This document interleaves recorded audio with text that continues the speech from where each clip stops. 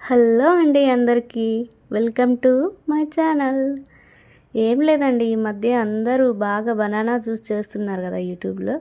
సరే మనం కూడా చేద్దామని ఇంట్లో ఉన్న వాటితోనే ట్రై చేస్తున్నాను. ముందుగా అట్టిపండ్లు తొక్క తీసి ఇలా కట్ చేసి పెట్టుకున్నాను.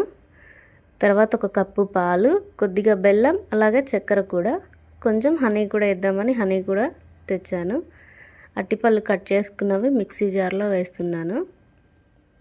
ఈ వీడియో నేనే తీసుకుంటున్నాను, అందుకే కొంచెం అటు ఇటుగా వస్తుంది, ఏమనుకోకండి. అలాగే కట్ చేసుకున్న అట్టిపళ్ళలో ఒక పాలు కూడా పోసాను. అలానే కొంచెం బెల్లం, చక్కెర కూడా కలిపి వేస్తున్నాను. ఇప్పుడు మిక్సీ జార్కి మూత పెట్టేసి మంచి మెత్తగా మిక్సీ పట్టుకోవాలి దీన్ని. చూడండి, ఈ విధంగా మెత్తగా పట్టేశాను నేనైతే. అలాగే ఒక కప్పులో 4 ఐస్ గడ్డలు వేసేసి జ్యూస్ అయితే అందులో వేస్తున్నాను. పైన కొద్దిగా హనీ అయితే వేసేసాను.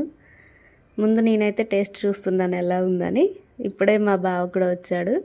మా బావకు కూడా అదే విధంగా పోసిస్తున్నాను. ఎలా ఉందంటాడో మరి.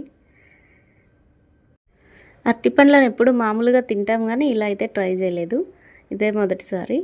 కానీ బాగుంది, నేనైతే తాగి చూశాను, టేస్ట్ అయితే చాలా బాగుంది. మరి మా బావ ఏమంటాడో అనుకున్నాను కానీ బాగుందట, ఎక్స్ప్రెషన్తోనే చెప్తున్నాడు బాగా వచ్చేసిందని. సరే ఇంకా మనం లేట్ చేస్తామా, పిల్లలు వచ్చే టైంకి ఇంకొక 2 అరటిపళ్ళు చేసి పెడదామని. అంటే ఎలా ఉంటుందని 2 ట్రై చేశాను. ఇప్పుడు మా పిల్లలకు కూడా చేద్దామని అనుకుంటున్నాను.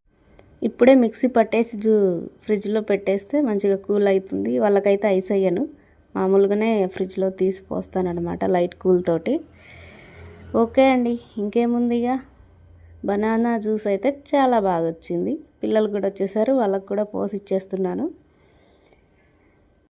అదేంటో ఏదైనా కొత్తగా ట్రై చేసినప్పుడు బాగుంది అంటే మనసుకు ఎంత ఆనందంగా అనిపించిద్దో. నాకేనా, మీకు కూడా అంతేనా? మా పిల్లలు అయితే ఎలా ఉంది మమ్మీ అంటే చాలా బాగుంది అంటుంది మా హనిగాడు. మా చెర్రీ అయితే ఏంటి ఇందులో పాలు వేసావా అంటున్నాడు, వాడికి పాలు అస్సలు పడవన్నమాట.